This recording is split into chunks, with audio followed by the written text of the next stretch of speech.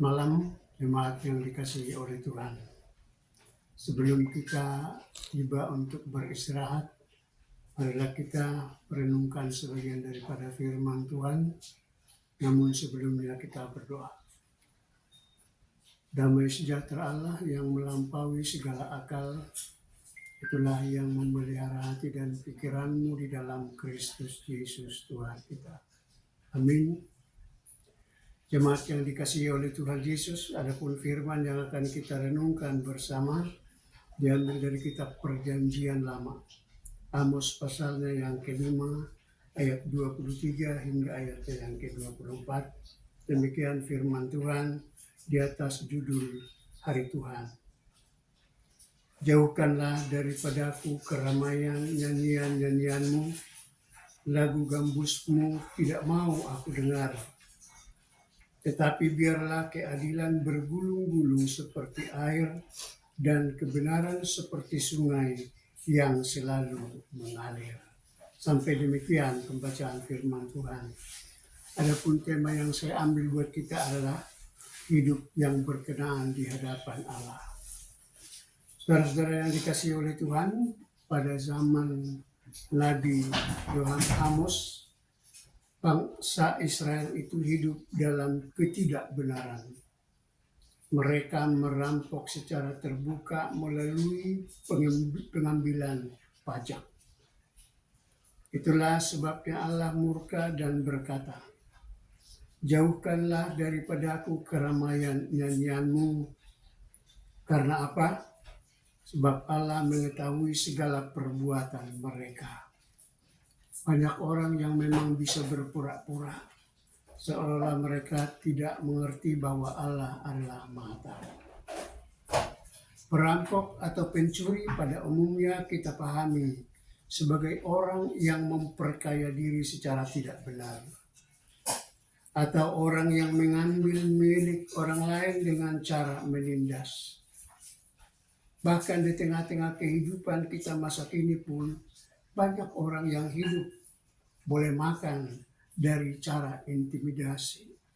Hanya menakut-nakuti orang, hanya memaksa-maksa orang, mereka bisa beroleh makan.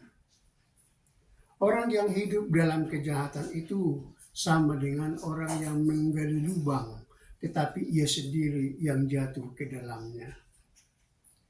Pada hari penghakiman, setiap orang yang pada masa hidupnya keji atau menindas orang lain atau memperlakukan sesamanya secara tidak manusiawi tidak akan luput dari penghukuman, bahkan akan berakhir dalam kematian yang kekal.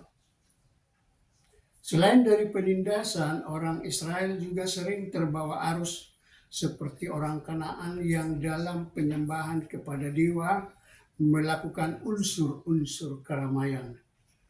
Ada jenis-jenis musik yang diiringi dengan tari-tarian. Memang tujuan mereka adalah mau menyenangkan hati Allah. Namun justru Allah menjawab, jauhkanlah daripadaku keramaian, nyanyian gambusmu aku tidak mau dengar. Ya, tentu Allah punya alasan kenapa tidak berkenan dengan semua yang bersifat keramaian itu, yakni mereka hanya mau menunjukkan kepentingan diri sendiri dan bukan semata-mata untuk kemuliaan Tuhan. Mereka melakukannya untuk menunjukkan kesombongan dalam artian kami mampu berbuat yang membahana, membuat orang terheran-heran, dan bahkan banyak lagi yang lain. Saudara-saudara yang dikasihi oleh Tuhan, Allah tidak berkenan dengan peraturan-peraturan tentang keagamaan. Maksudnya begini, Allah tidak pernah mengutamakan kurban persembahan atau kerajinan beribadah melebihi sikap dan perbuatan.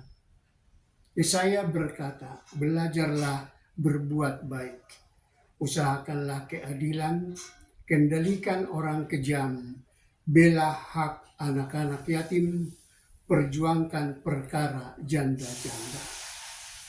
Namun bukan berarti tidak ada upacara keagamaan yang berkenan kepada Allah. Tetapi ibadah yang kosong yang munafik sangat dibenci oleh Allah. Ada orang yang rajin beribadah tetapi kejujuran dan ketulusan mereka benci. Itu berarti sama saja bohong ibadahnya.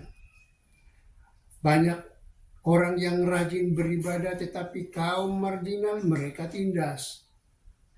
Orang benar dikekang, suap dan korupsi dikejar. Ingat apa yang pernah dinyanyikan oleh Andre Hehanusa? Aku heran katanya, yang salah dipertahankan. Aku heran katanya, yang benar justru disingkirkan. Banyak yang rajin beribadah tetapi ketidakadilan dan kejahatan mereka buat berdampingan secara terus-menerus.